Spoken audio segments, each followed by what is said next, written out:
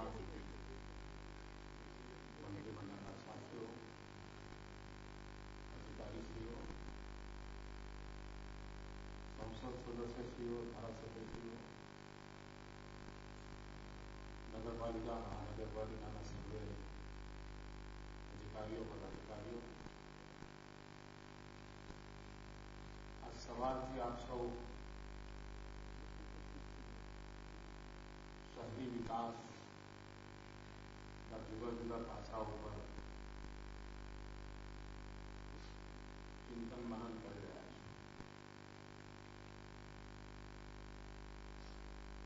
કાર્યક્રમની જે રચના બની છે એ રચના પણ શહેરી વિકાસને વધુ સશક્ત કેમ બનાવવું, શહેરી પ્રજાજનોની સુવિધામાં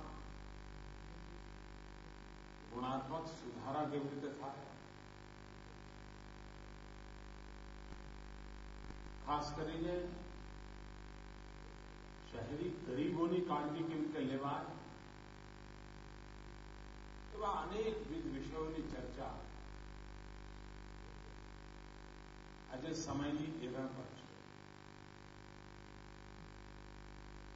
ગુજરાત ખૂબ તેજ ગતિથી શહેરીકરણ તરફ આગળ વધી રહ્યું છે. 42% કરતા વધારે જનસંખ્યા શહેરી ક્ષેત્રોમાં છે અને શહેરોની આસપાસ પણ મોટા ભાગનું જીવન શહેરો આધારિત છે. અને બધો હિસાબ લગાવીએ તો એક પ્રકારે 50% કરતા વધારે જનસંખ્યા શહેરી જીવનને ભરેલી છે. કેટલાક લોકોને એમ લાગતું હોય છે કે આ શહેરીકરણ એક સમસ્યા છે અને મોટાભાગના લોકો શહેરીકરણ એક સમસ્યા છે અને એમાંથી તકલીફ ઓછી કેમ થાય, બચીને કેમ જવાય, દિવસો કેમ પસાર થઈ જાય, એવી વ્યૂહરચના અપનાવતા હોય છે. ગુજરાતે જુદો રસ્તો લીધો છે. આપણો મત છે કે શહેરીકરણને આફત માનવાની જરૂર નથી. શહેરીકરણને અવસર માનીને યોજના કરવી અને એક વખત જો શહેરીકરણને અવસર માનીને યોજના કરીએ તો આપણો શહેરી વિકાસ માટેનો એપ્રોચ બદલાઈ જતો હોય છે. 2005માં આપણે શહેરી વિકાસ વર્ષ તરીકે ઉજવણી કરી હતી અને ઉજવણીના કારણે સરકારનું આખું એ વહીવટી તંત્ર, સરકારનું સંપૂર્ણ ધ્યાન ઝીણી ઝીણી બાબતો ઉપર ગયું. શહેરી વિકાસના સંદર્ભમાં શું શું કરવું જોઈએ, નિયમોમાં કંઈ ફેરફાર કરવા પડે, કાયદાઓમાં પરિવર્તન કરવા પડે, બજેટની વ્યવસ્થા ઊભી કરવી પડે, હ્યુમન રિસોર્સ ડેવલપમેન્ટ તરફ પ્રોજેક્શન કરવું જોઈએ, એવી અનેક બાબતો ધ્યાનમાં આવી અને કમનસીબે આપણા દેશમાં ક્યાંક અપવાદવાદ કરી દો તો આખું એક ક્ષેત્ર ઉપેક્ષિત રહ્યું છે.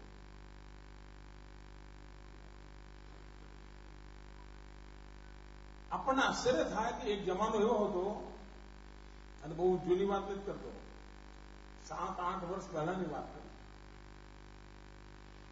કે શહેરીજનો માટે આરોગ્યની સુવિધા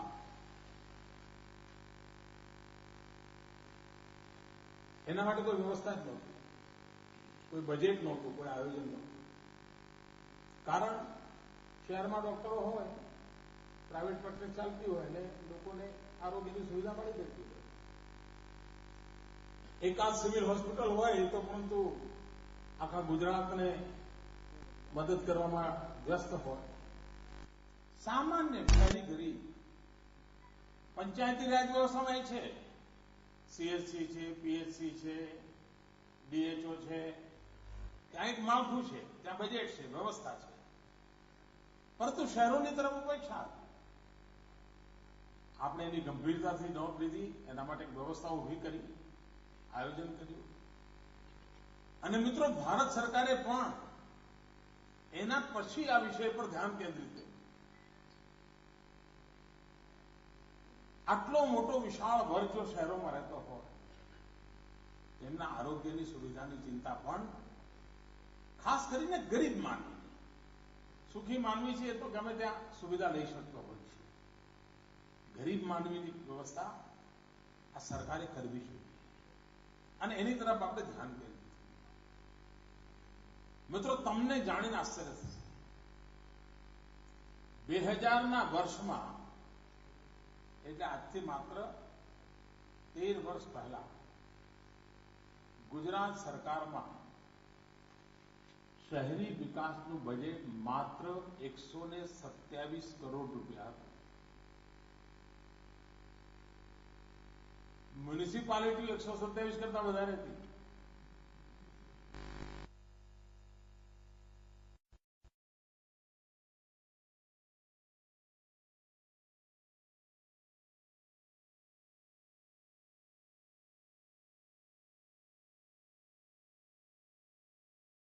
વિભાગનું બજેટ લગભગ 5600 કરોડ રૂપિયા છે.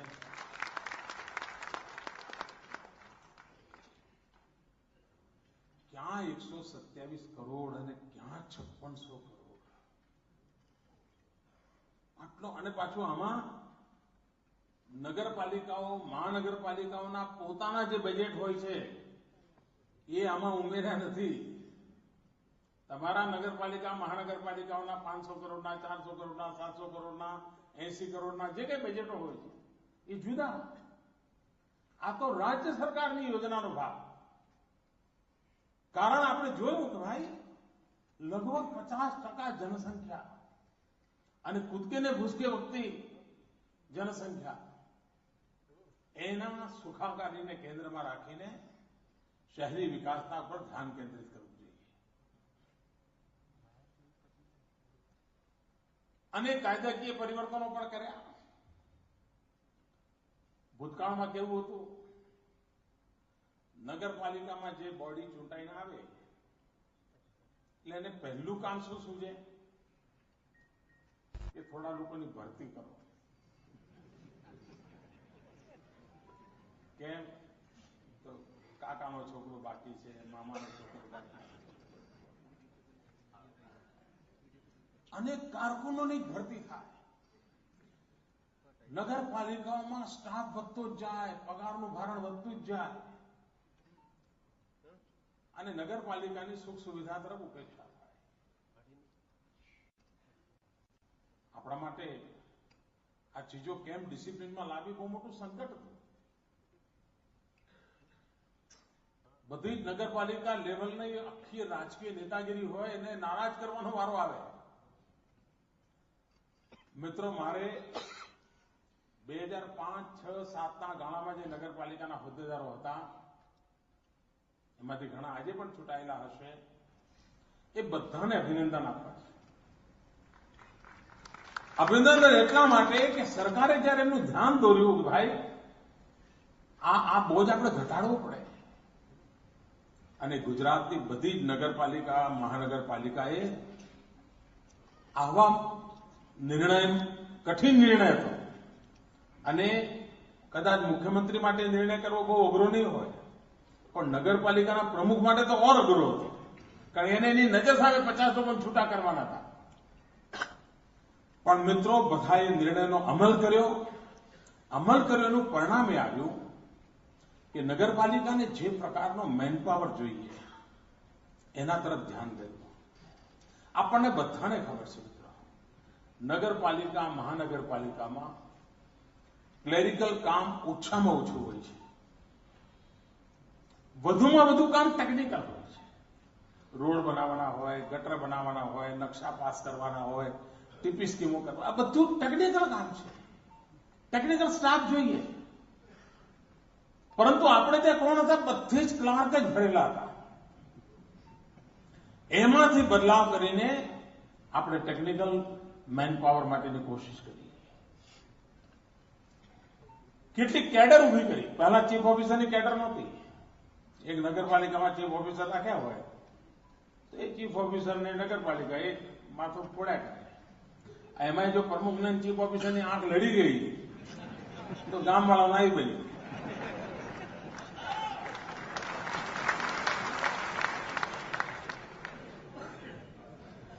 એ બે જણા એમાં જ ટાઈમ પસાર કરે.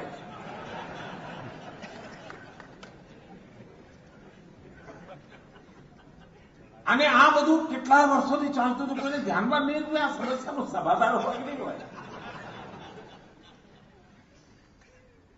આપણે ચીફ ઓફિસરની કેડર ઉભી કરી અને જોબ ટ્રાન્સફરેબલ બનાવી અને પરિણામે ક્યાંય પણ આવી. મનુષ્ય છે, કામ કરતા કરતા નાના મોટી સમસ્યા આવે, પણ એનું સમાધાન શોધવું પડે. આપણે સમાધાન શોધ્યું. એવી તો અનેક કેડર એકાઉન્ટ સિસ્ટમ માટેની અલગ ઉભી કરી. અને હજુ પણ આપણે આને વધુ ને વધુ વૈજ્ઞાનિક ઢંગે આગળ વધવા માંગીએ છીએ. આપણે ટેકનિકલ રિક્વાયરમેન્ટ હતી, એટલા બધા માણસો જોઈએ, એટલા બધા એન્જિનિયરો જોઈએ. બજારમાંથી તત્કાલ તો એટલા એન્જિનિયર ક્યાંથી મળે? એટલે આપણે ટેકનો સેવા શરૂ કરી. એન્જિનિયરિંગ કોલેજના વિદ્યાર્થીઓને કહ્યું, ભાઈ તમે 2 મહિના 6 મહિના એપ્રેન્ટિસશીપ માટે જવા માંગો છો, આવો અમારી નગરપાલિકામાં કામ કરો. તમે ભણ્યા છો એનો અનુભવ કરો. એમને લાભ થયો, લોકોને પણ લાભ થયો. અનેકવિધ ઇનોવેટિવ ઇનિશિયેટિવ લેવાને કારણે ધીરે ધીરે ધીરે ધીરે આપણા શહેરી વિકાસ વ્યવસ્થા એક કાઠું કાઢતી ગઈ. સૌથી પહેલું ધ્યાન કેન્દ્રિત કર્યું મેન પાવર પર. મેન પાવરની સાથે જોઈએ મની પાવર. અને એમાંથી મેં કહ્યું એમ બજેટ આપણે વધાર્યું. 127 કરોડમાંથી લગભગ 5600 કરોડ રૂપિયાનું બજેટ. 45 ગણું એક પ્રકારે બજેટમાં વૃદ્ધિ કરી. કારણ કે જો આ શહેરી જીવનમાં બદલાવ લાવવો હશે, પછી પ્રગતિ પથ ને વિકાસ પથ ને અનેક પ્રકારના નવા કામો હાથ ધર્યા. ઘણીવાર રાજ્ય સરકારનો રસ્તો એક નગરપાલિકામાંથી પસાર થતો હોય, પણ નગરપાલિકાની રેન્જમાં હોય તો રાજ્ય પણ એને થીગડું ના મારે, નગરપાલિકા વાળો ના મારે. આ લોકો ખાડામાં ઉછળતા પૂછળતા જતા. નાની નાની ભૂલો, નાની નાની મિસિંગ લિંક્સ. આપણને આ બધું જયારે એકદમ મન લગાવીને કામ કરવા લાગ્યા તો ધ્યાનમાં આવ્યું, ભાઈ નગરપાલિકાનો માણસ કરશે શું? રાજ્યને પૂરક થવું પડે. એવી અનેક બાબતોને જોડતા ગયા અને પરિણામે એક લાંબા ગાળાના વિચાર સાથે નગરપાલિકાની ટીમો પણ ઘડાવવા માંડી. આપણે નગરપાલિકામાં કહ્યું, તમને મદદ કરીશું, પણ તમારી ટેક્સેશન સિસ્ટમને તમે પરફેક્ટ કરો, એકાઉન્ટ સિસ્ટમને પરફેક્ટ કરો, ડબલ એન્ટ્રી એકાઉન્ટ સિસ્ટમ લાવો. આ બધી ચીજો આપણે ઇન્ટ્રોડ્યુસ કરી છે. અને પરિણામે ટ્રાન્સપરન્સી વધવા માંડી, ઈ ટેન્ડરિંગની સિસ્ટમ શરૂ થવા માંડી. વિશિષ્ટ પ્રકારની માટે મેન પાવરની જરૂર હતો, આઉટસોર્સિંગ કરવા માટે આપણે અનેકવિધ નવા પ્રયોગો આપણે કરવા માંડ્યા. અને બધાને કારણે હવે નગરપાલિકાઓ પણ પોતાને ત્યાં કરવેરા ભરાવવા માટે આગ્રહી બની છે. હજુ એમાં ઘણું થઈ શકે એમ છે. અને ઘણીવાર તો મેં જોયું કે જયારે કોમ્પ્યુટરાઇઝ થયું ત્યારે ખબર પડી કે નાના માણસે તો ટેક્સ ચૂકવ્યા હોય, મોટા માણસો જ ના ચૂકવ્યા. અને એને કોઈ કહી શકતું ના હોય, કારણ દરેક સમારંભમાં મંચ ઉપર બેઠા હોય. કોમ્પ્યુટરાઇઝ થયું તો ધ્યાનમાં આવ્યું, ખરે ભાઈ આ ગામના 10 લોકો આગેવાળો છે, એમના જ વેરાના પૈસા બાકી છે. હવે તમે કોર્ટ કચેરીમાં જાઓ તો કેટલા વર્ષે નિવેડો આપણને ખબર છે. નગરપાલિકા ક્યાં કોર્ટ કચેરીમાં જાય? એટલે સાદો સીધો કેટલાક લોકો રસ્તો અપનાવ્યો કે જેના વેરા બાકી હોય એના ઘર આગળ જઈને ઢોલ વગાડવાનો. એટલે પેલા લાગ્યા તો આબરૂનો સવાલ છે ભાઈ, ગામ આખાને ખબર પડશે. સામાન્ય માણસને તરત જ, અને માણસને આબરૂની ચિંતા બહુ હોય છે. આજે આપણે ત્યાં કરવેરા ભરનારાઓની સંખ્યા વધવા માંડી છે અને એક પ્રકારે નાગરિક તરીકેની જવાબદારીઓ નિભાવવા માંડ્યા છે.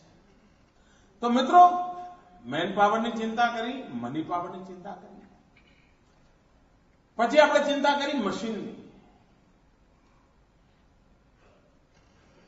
મેન, મશીન અને મની અને અવિરતપણે મોબિલિટી, આ ચાર બાબતોને જો બરાબર પકડીએ ને મિત્રો, તો શહેરી વિકાસ આપણે ધારીએ એવું કરી શકીએ.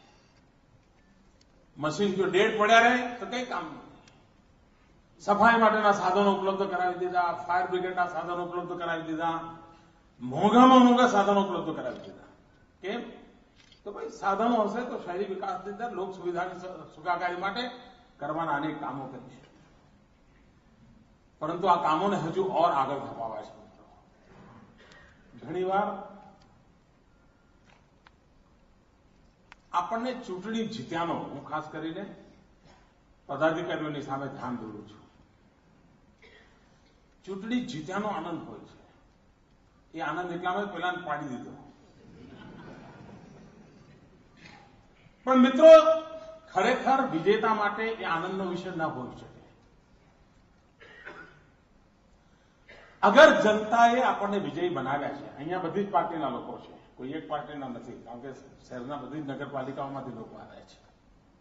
અગર જનતા જનાર્દને આપણને પસંદ કર્યા છે, તો આપણા મનમાં પેલાને પાડી દીધો આનંદ ભલે 12 કલાક, 15 કલાક, 24 કલાક ચાલે, સમજ્યા. પણ એના પછી 5 વર્ષ આપણો તપસ્યાનો સમય શરૂ થાય છે, સાધનાનો સમય શરૂ થાય. માત્ર વિજયના આનંદમાં 5 વર્ષ પૂરા કરવાના ના હોય મિત્રો. પ્રજાએ આપણને કામ સોંપ્યું છે તો આપણે ઉત્તમમાં ઉત્તમ એમની સેવા કરવી જોઈએ. અને એક વાર નગરપાલિકામાં આપણને કોઈ પદ મળ્યું હોય, કોઈ વ્યવસ્થામાં આપણે બેઠા હોઈએ, તો આપણી ઈચ્છા કેવી હોય મિત્રો?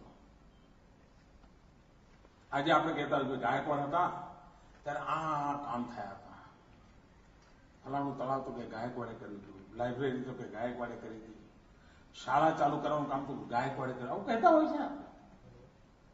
તો તમને એમ ના થાય કે તમારા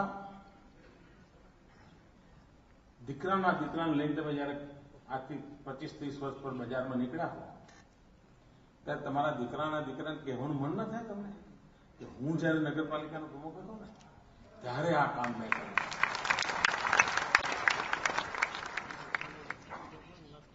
અમારા વખતના જે નગરપાલિકા છે ને, એણે આ ઉત્તમ કામ કર્યું, એના કારણે આજે નગરની સુવિધા વધી છે. અમે જયારે હતા ને ત્યારે ગામમાં દરેક ઘરમાં શૌચાલય બનાવી દઉં, લોકોની સુખાકારીની ચિંતા કરી. અમારી જયારે નગરપાલિકા હતી ને ત્યારે અમે ગામની અંદર બધા દબાણો હટાવ્યા હતા. અમારી નગરપાલિકા હતી ને ત્યારે અમે વેરાની આવી પદ્ધતિ લાવ્યા હતા, જેના કારણે આજે પણ નગરપાલિકા પગાર લે છે. મિત્રો, આવી ઈચ્છા થાય કે ન થાય? તમારા દરેક કે મારા કાર્યકાળમાં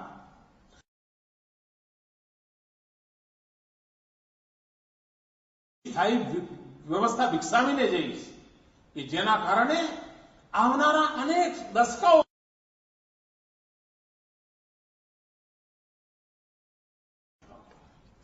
આ દરેકના મનમાં ઈચ્છા હોવી જોઈએ. માત્ર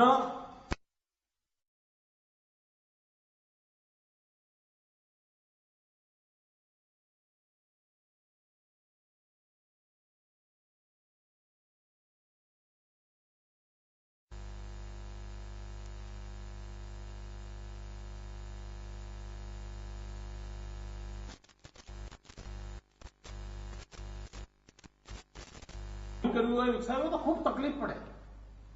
એટલું બધું સ્કેટર્ડ હોય છે, મેન પાવરની તકલીફ હોય, બધી તકલીફ હોય.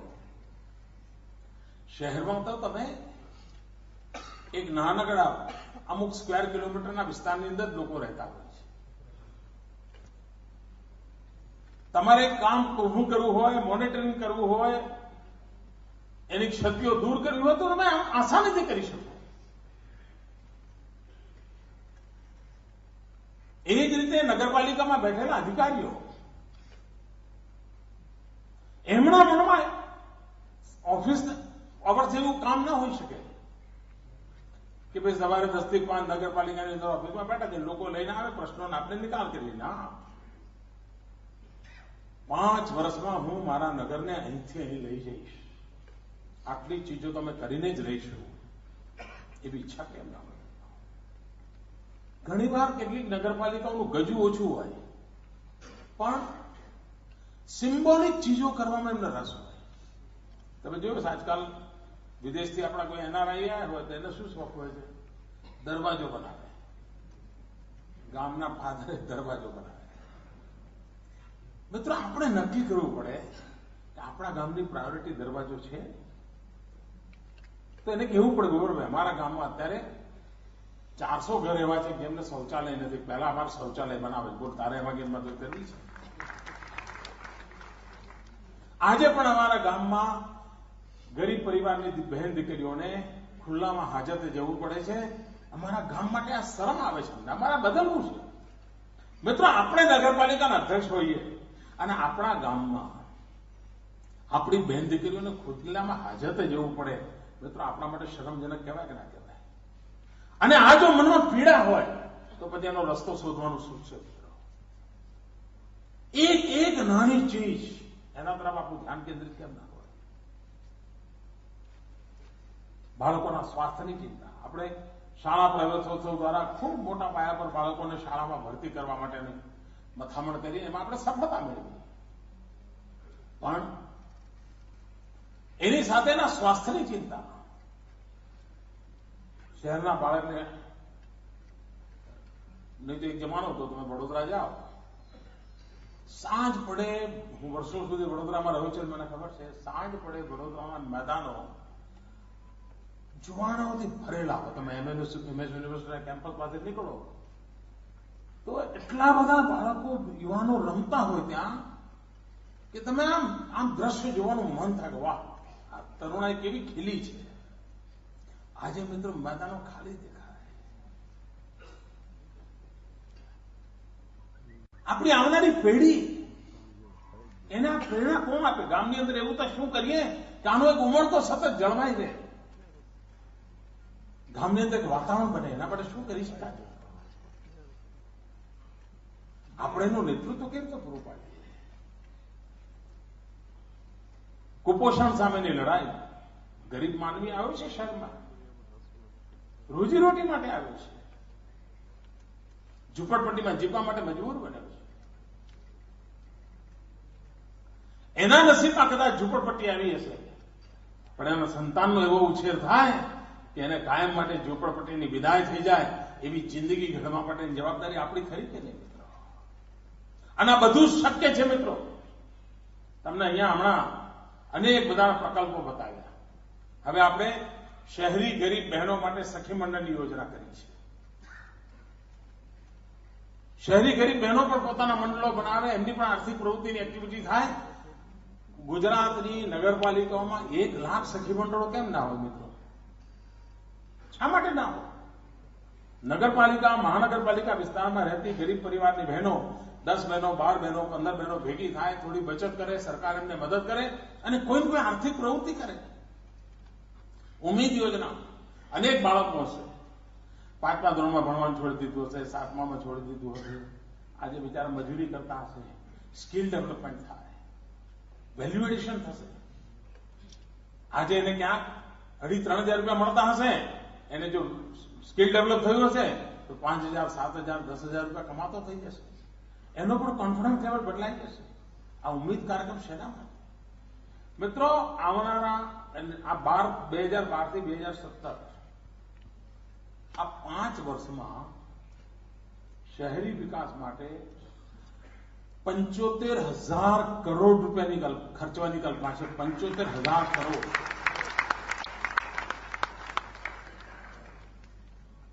હવે આપણી કેપેબિલિટી જોઈએ કે નહીં?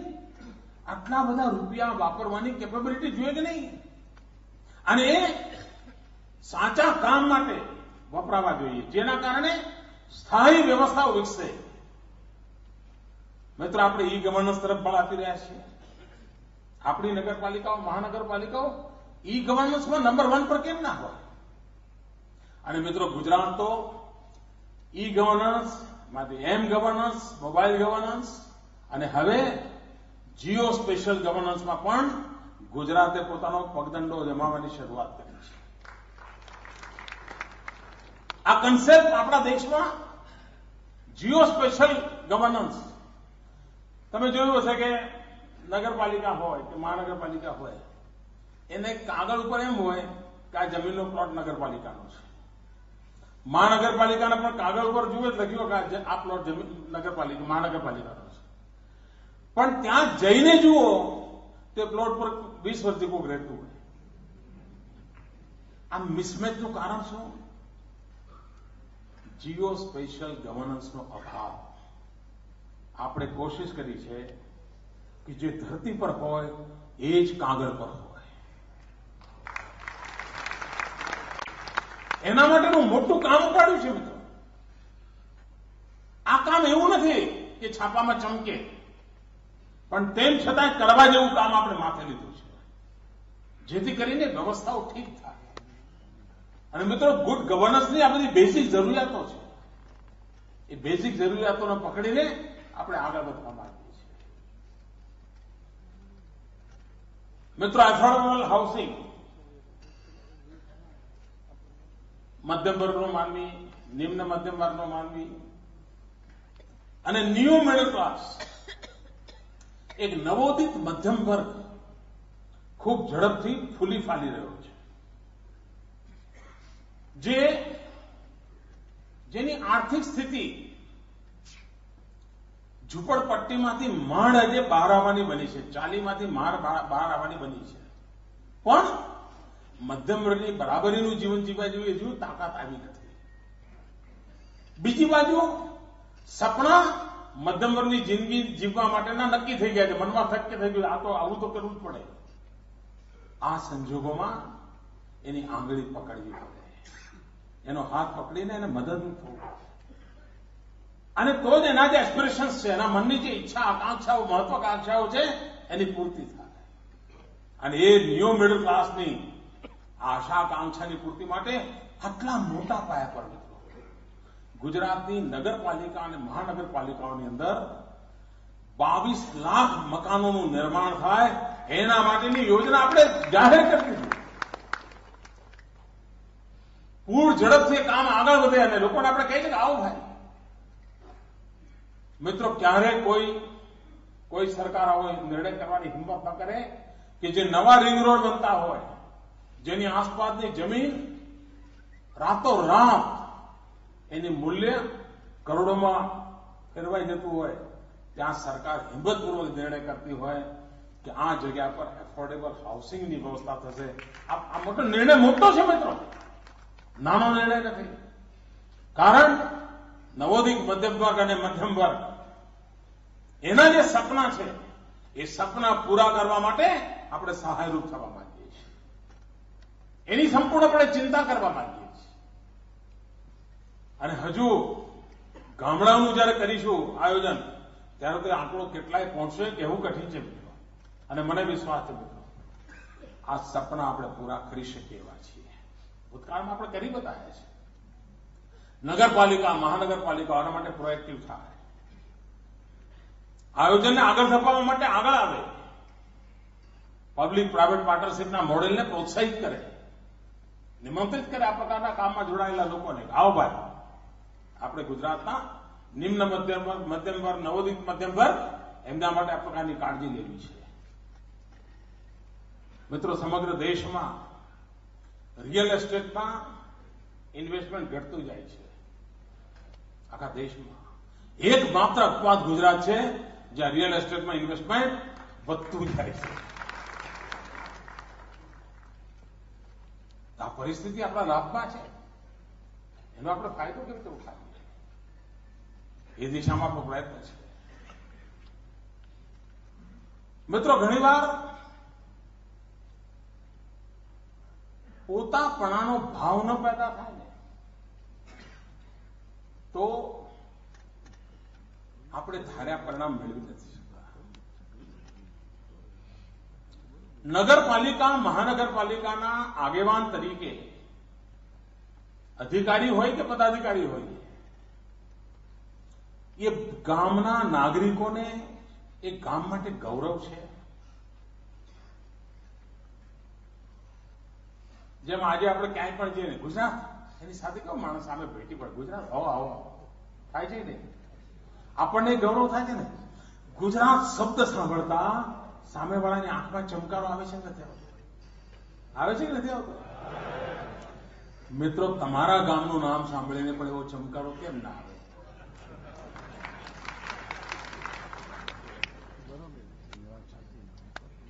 સહજ રીતે આનંદ હો, મિલ્ક સિટી, આમ ઈચ્છા કેમ ન થાય જવા માટે? સુરત, અરે વાહ, ડાયમંડ. મિત્ર, આને આપણે નર્ચર કરવું પડે, એના માટે મહેનત કરવી પડે. અને એટલા માટે એક વાતનો મારો આગ્રહ છે કે દરેક નગરપાલિકાને એનો જન્મદિવસ ખબર હોવી જોઈએ. તમને ખબર ના હોય, શોધી કાઢો. મિત્રો, એ નગરનો જન્મદિવસ વાગતે ગાજતે ઉજવવો જોઈએ. અને નગરના જેટલા આગેવાનો નગરની બહાર રહેતા હોય એ બધાને એ દિવસે બોલાવવા જોઈએ. વર્ષમાં ભલે એક વાર કરો, પણ નગર સાથેની મમતાને તો જોડો ભાઈ. આ મારું નગર છે. મિત્રો, ગામની અંદર નગરના પર ગીત લખવાની શાળાઓમાં સ્પર્ધા શું કરવા ન થાય? મારું નગર એમ કરીને એના નિબંધ સ્પર્ધાઓ, એના માટે વક્તૃત્વ સ્પર્ધાઓ. તમે ઇમોશનલી જ્યાં સુધી એને એના નગરને પ્રેમ કરતો ન કરો ને, ત્યાં સુધી એ નગરને સ્વચ્છ રાખવાની ઈચ્છાને ન જાગે. આ કરવું પડે. વિકાસ માટેની આ એક શરત છે મિત્રો. અને આના માટે કોઈ એક્સ્ટ્રા પ્રયત્નો કરવાની જરૂર નથી હોતી. સહજ રીતે શાળાકીય પ્રવૃત્તિઓ દ્વારા પણ નગર માટેની મમતા પેદા કરી શકાતી હોય છે. એના માટેની લાગણી પેદા કરી શકાતી હોય છે. અને એક વાર નાનું બાળક પણ હોય ને, એને બચપણમાં એકાદ રમકડું એના ગમી ગયું હોય, બાળક મોટું થયું હોય, બજારમાં રમકડા નવી નવી જાતના ઘણા આવ્યા હોય, મહેમાન પણ કોઈ વાર સરસ રમકડું લઈ આવ્યા હોય બાળક માટે, મા બાપ પણ સરસ રમકડું લઈ આવ્યા હોય, મેળામાં ગયા હોય તો સારી વસ્તુ. પરંતુ બાળકને જો પેલા જીવનના સમજદારીની શરૂઆતમાં એક રમકડું ગમી ગયું હોય, તે 5-7 વર્ષનો થાય તો પણ એ રમકડું ન છોડે. એ રમકડું ન છોડે. બાકી બધા આવે, ભલે આવે, પડ્યા હોય ખૂણામાં, પણ એના હાથમાં એ જ રમકડું જાય. કારણ મિત્રો, એના મન પર સંસ્કાર થઈ ગયા, એના સાથે એક લાગણી બંધાઈ ગઈ. અને એના કારણે બાકી કંઈ પણ આવે, ઉત્તમમાં ઉત્તમ આવે, જુએ, જિજ્ઞાસા પૂરતું રાખે, છોડી દે, જૂનું પકડી લે. આ મનુષ્યનો મૂળભૂત સ્વભાવ છે. આ પોતાપણાનો ભાવ જ્યાં સુધી આપણે નગરજનોમાં પેદા ન કરીએ, નેતૃત્વ ન આપીએ, જ્યાં સુધી નગરના જીવનને બદલવા માટે આપણે ખાલી ધક્કા જ મારા કરીએ તો સ્થિતિ ન બદલાય. ઘણીવાર એકાદ સંકટ આવતું હોય, આખું ગામ એકત્ર આવી જતું હોય છે. એકાદ સારા સમાચાર આવ્યા હોય, ગામ આખું એકત્ર આવી જતું હોય છે. આપણા ગામની કોઈ દીકરી 10મા ધોરણમાં પહેલો નંબર લાવ્યો તો આખું ગામ ગૌરવ કરતો, અરે ભાઈ આપણા ગામની આ વખતે 10માં પહેલો નંબર લઈ આવી છે દીકરી. મિત્રો, સમાજ જીવનનો આ સ્વભાવ છે.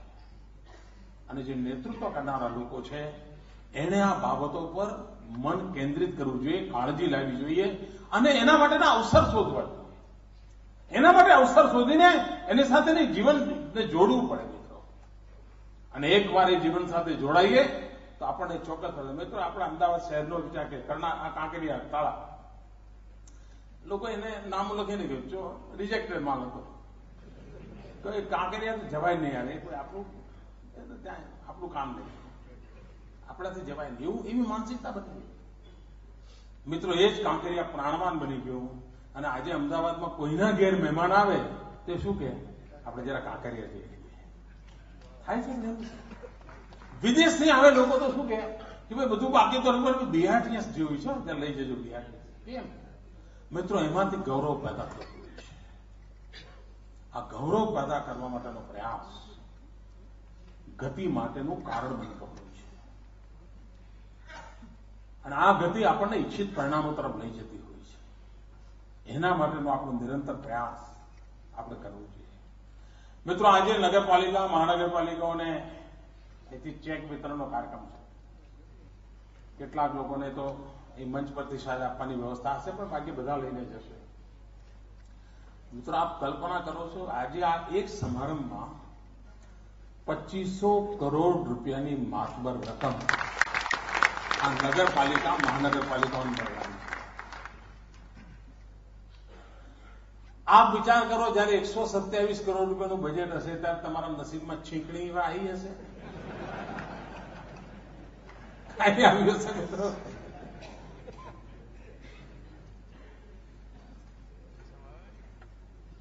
તો મિત્રો, વિપુલતા પણ બોજના બનવી જોઈએ અને માર્ચ એન્ડિંગમાં રૂપિયા વપરાય એ વાત મને મંજૂર નથી દોસ્તો.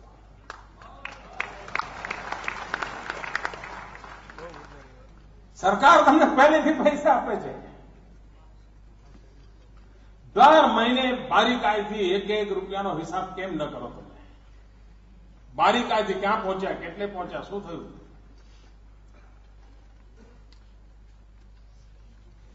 અને એ જો કરીએ તો મિત્રો, પૈસા છે, પૈસાનો પ્રોબ્લેમ નથી.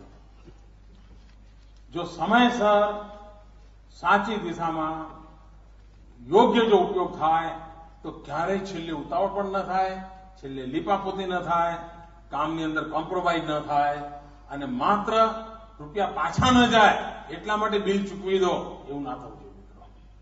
અને ઇન કેસ કોઈ વાર રૂપિયા પાછા જશે ક્યાં? માની લો કે આપણા રૂપિયા પડ્યા રહ્યા, પાછા ગયા, ક્યાં જશે? કોઈને ઘેર તો લઈને જ જવાના, સરકારની તિજોરીમાં રહેવાના છે. હું આપને ગેરંટી આપું છું કે આવી રીતે કઈ ખર્ચ રહી જતો હશે તો તમે ઉતાવળ ના કરતા.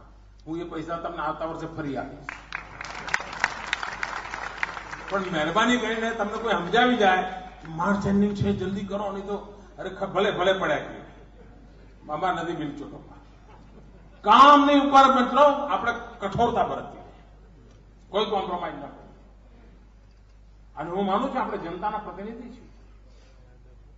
આપણું કામ છે લોકહિત સર્વોપરી, લોકોની સુખાકારી એ સર્વોપરી. મિત્રો, મ્યુનિસિપાલિટીની તિજોરી કેટલી તરબતર છે એ કામ આપણું નથી મિત્રો. આપણું કામ છે જનતાની આંખમાં સંતોષ કેટલો છે, એને જે જોઈએ મળે છે નથી મળતું એ આપણી જવાબદારી છે. અને તેથી આપણી પ્રાથમિકતા જે જનતા જનાર્દને લોકશાહી પદ્ધતિથી આપણને કામ સોંપ્યું છે એ જનતા જનાર્દનને ઈશ્વર માનીને એની સેવા કરવી આપણી પ્રાથમિકતા છે. એને ઈશ્વરનું રૂપ માનીને એની સેવા કરવી જોઈએ અને ગામને જોડવું જોઈએ. મિત્રો, આપણા આખા દેશની સામે ઘણી વાર હું કહું છું, ભાઈ કેટલાક લોકો કે આપણે ગાંધીજીને યાદ કરીએ, બધા કરીએ, બધું કરે, સારી વાત છે. ગાંધીજીને ઉત્તમ શ્રદ્ધાંજલિ કહી. જે મહાપુરુષ આ ધરતી પર જન્મ્યા, યુગ પુરુષ, જગત આખાને પ્રેરણા આપી, એ ગાંધીજીને ઉત્તમમાં ઉત્તમ શ્રદ્ધાંજલિ કહી. અગર ગાંધીજીના આખા જીવનને જોઈએ, એક બાબત ઉડીને આંખે વળગેવી, અને એટલે સફાઈ. ગાંધી સફાઈની બાબતમાં કોઈ કોમ્પ્રોમાઇઝ નહોતા કરતા. આશ્રમવાસીઓ માટે પણ બાકી એકાદ નિયમમાં છૂટછાટ મળે, સફાઈના કોઈ નિયમમાં છૂટછાટ નહોતી મળતી. ગુજરાતે તો ગાંધીને ઉત્તમ શ્રદ્ધાંજલિ આપવાનો મતલબ આ છે કે આપણા બધા નગર અને મહાનગરો સફાઈની બાબતમાં અવ્વલ નંબરના હોવા જોઈએ. અને એમાં મિત્રો સ્ટાફ નથી એવું નથી, છે બજેટ નથી કરતા તો ખર્ચાય છે, પણ વહેલા ઉઠીને નીકળવું પડે. કોર્પોરેટર તરીકે ચૂંટાયો એ મેમ્બર તરીકે ઘરે નીકળવું પડ્યું. હમણાં હું સુરત ગયો હતો. સુરતમાં હિન્દુસ્તાનમાં સૌથી મોટું સીસીટીવી કેમેરાનું નેટવર્ક ગોઠવ્યું છે. હિન્દુસ્તાનનું મોટું છે. અને કોઈ પણ ખૂણામાં કોઈ પણ હલચલ હોય તો એના કંટ્રોલ રૂમમાં બધી જ બાબતો નિરખી શકાય છે. ભવિષ્યમાં કોઈ વાર મહાનગરપાલિકાના મિત્રોએ જોવા જવાની ઈચ્છા થાય તો સુરત જોવા જવાનો કાર્યક્રમ બનાવવો જોઈએ. એના માટે કંઈ સિંગાપુર જવું જ પડે એવું જરૂરી નથી. આપણા ઘર આંગણે ઘણું સારું થઈ ગયું. મિત્રો, એના ઉદઘાટન માટે હું ગયો હતો. અને જયારે મેં જોયું તરત જ મારા મનમાં એક વિચાર આવ્યો અને મેં તેના કમિશનરને કહ્યું, મેં કહ્યું ભાઈ અત્યારે સીસીટીવી કેમેરા કે પોલીસ કમિશનરની મદદમાં છે, પણ આ સીસીટીવી કેમેરા મ્યુનિસિપલ કમિશનર માટે પણ ઉપયોગી છે. તમે કેમેરાથી નક્કી કરી શકો રૂમમાં બેસીને કે સવારે 6 વાગે કેટલા સફાઈ કામદારો આવ્યા છે. રોડ બધા દેખાય છે એમાં કેમેરામાં, કેટલા સફાઈ કરે છે બધું જોઈ શકો. મિત્રો, એક જ ટેકનોલોજી કેટલો મલ્ટિપલ યુટિલિટીથી ઉપયોગ કરી શકાય. અને આપણે બારીકાઈથી અને મિત્રો બધું આપણા ત્યાં સુરત એક પછી કેટલું બદનામ થઈ ગયું. આજે એ સુરત હિન્દુસ્તાનના સ્વચ્છ શહેરોમાં આવી ગયું. આ કોણે કર્યું? આ જ ટીમ મિત્રો, આ જ નાગરિકો. આ આપણું અમદાવાદ શહેર એર પોલ્યુશનમાં દુનિયામાં સૌથી એર પોલ્યુટેડ શહેરમાં એનું નામ હતું. અહીંનો શ્વાસ લો એટલે તમે કાર્બન ડાયોક્સાઇડ સિવાય કાંઈ ન લો એવી દશા હતી અમદાવાદ શહેરની. આજે મિત્રો શુદ્ધ હવાની અંદર અમદાવાદનું નામ આવી ગયું. કારણ સીએનજી જેવા અનેક પ્રયોગો કર્યા આપણે, એનું પરિણામ મળ્યું. રિક્ષામાં જે કેરોસીન બાળતા હતા એ બંધ થયું, પરિણામ મળ્યું. એનો અર્થ એ નથી મિત્રો કશું થાય એવું નહીં. બધું જ થઈ શકે એમ છે, આપણા દ્વારા થઈ શકે એમ છે. અને કોઈ આસમાનમાંથી તારા લાવવા પડે એવા મોટા કામ કોઈ હું કહેતો નથી તમને. જે તમારી પહોંચમાં છે, તમારી પકડમાં છે, તમારી રીચમાં છે, જેને તમે કરી શકો એના માટે કરો. અને હું 100% માનું છું કે આજનો આ એક દિવસનો સેમિનાર શહેરી વિકાસ વિભાગને અભિનંદન આપું છું કે જેના કારણે શહેરી વિકાસનું જે રાજ્યનું વિઝન છે એ નીચે સુધી પડતો છે. અને આ જોયા પછી મને બીજું હોમવર્ક આપવાનું મન થાય છે.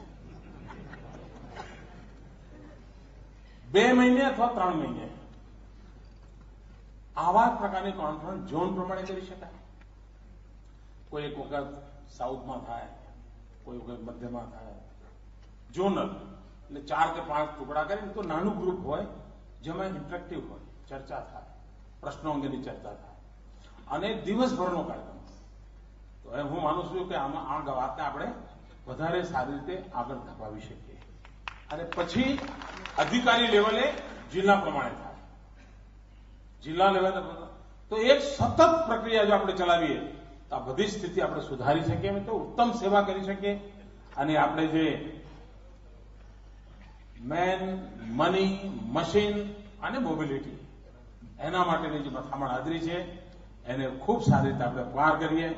હું આપ સૌને ગુજરાતના શહેરી જીવનની સુખાકારી માટે, ગરીબોના કલ્યાણને માટે ગરીબ સમૃદ્ધિ યોજનાઓના અમલીકરણ કરીને આવનારા દિવસોમાં રૂપિયાની કોઈ ખોટ નહીં હોય મિત્રો, પરિણામ આપણે આપીએ એવી ખૂબ શુભકામનાઓ સાથે ધન્યવાદ.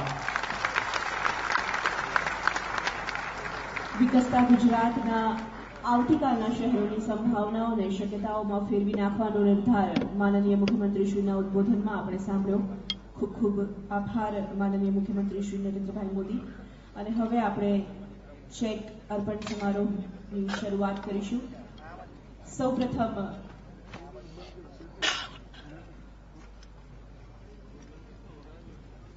અમદાવાદ મહાનગરપાલિકાના શ્રીમતી મીનાક્ષીબેન પટેલને વિનંતી કરીશ કે તેઓ આદરણીય માનનીય મુખ્યમંત્રીશ્રીના